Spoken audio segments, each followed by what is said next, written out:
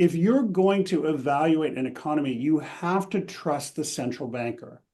And if you don't trust the central banker, then that really destroys a lot of the foundations of your economic analysis. So, we're kind of in a weird position where everyone is a, armchair economist and everyone suspects the Fed and all this other stuff. So, and the ECB and, other central banks. So is it possible to have an independent central bank in reality? I um I think the answer is yes, and I think mostly we have independent central banks. And when I say that, what I mean is that um you know uh the Fed governor is not the decision making by the Fed governor is not being meaningfully influenced by those people, by politically or elected officials. That's what I'd say, not meaningfully influenced. So as an example, like Elizabeth Warren can write all of the documents and memos that she wants, and from what I hear, Chairman Powell has a particular favorite filing cabinet for those memos, which sits in a small basket underneath his desk, right? And so that's, and doesn't care about it. Right? She can say Right, whatever she wants. It doesn't make right, it is not influencing policy. right, Um, and so I think that is when you talk about what is an independent central bank, I think that is a reflection of the independence of a central bank.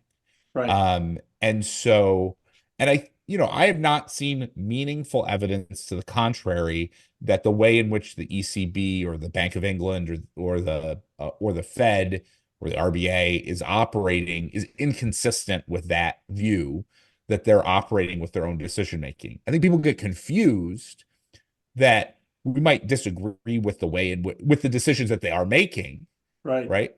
But and I certainly what I'd say is um, I would say that Chairman Powell easing aggressively, choosing to ease aggressively while acknowledging the economy is strong and inflation is above their mandate is unorthodox and likely imprudent.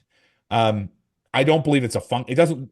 There's nothing that looks like it's a function of outside political influence. It right, looks like it's a function of, I'd say, a disagreement about a view of what is likely to transpire. I'd say, a disagreement about one, the view of how tight current monetary policy is, which, reasonable people could disagree sure. about. Yep, And two, what is likely needed in order to achieve a durable move of inflation down to 2%, where, he thinks monetary policy is very restrictive.